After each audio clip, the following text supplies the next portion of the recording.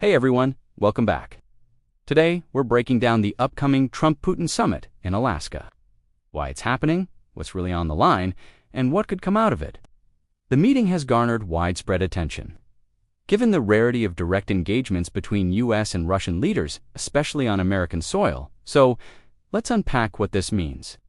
First, why is this happening right now? The main driver is the ongoing war in Ukraine, which has dragged on for over 2 years with devastating consequences.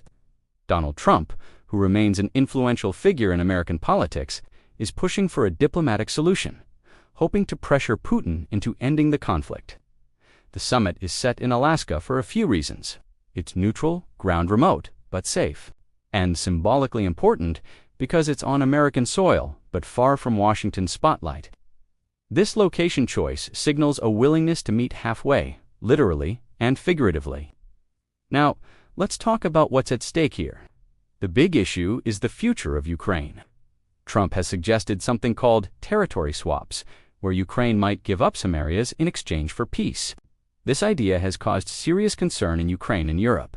Many see it as a way to legitimize Russian gains, which Kyiv and its allies strongly oppose.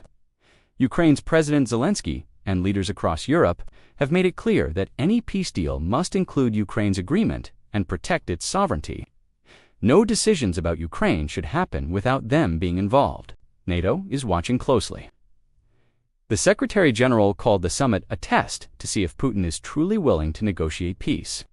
But they also emphasize Ukraine's right to decide its own future, not have it decided by others behind closed doors. So, could this summit actually work? What would success even look like? If the summit leads to a ceasefire or a formal agreement to stop fighting, that would be a major breakthrough. It could open the door to more comprehensive peace talks involving Ukraine, Russia, and international partners. But success depends heavily on whether Ukraine is part of the conversation. Without Kyiv at the table, any deal risks being seen as imposed or unfair, which could lead to renewed conflict or instability down the road. The best-case scenario? A temporary halt in violence, guarantees for Ukraine's security, and a roadmap for further negotiations that include Ukraine's government and people. But what if the summit doesn't lead anywhere? If talks break down or Putin rejects serious concessions, the war could drag on, causing even more suffering. It might also weaken trust between the US and its European allies who want a strong, united front in supporting Ukraine. And if the summit is seen as ignoring Ukraine's voice, it could create divisions among Western allies and embolden Russia to push further.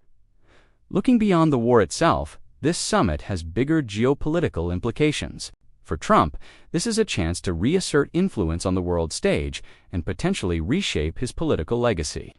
For Putin, it's an opportunity to show strength and maybe gain some diplomatic wins amid international sanctions and isolation.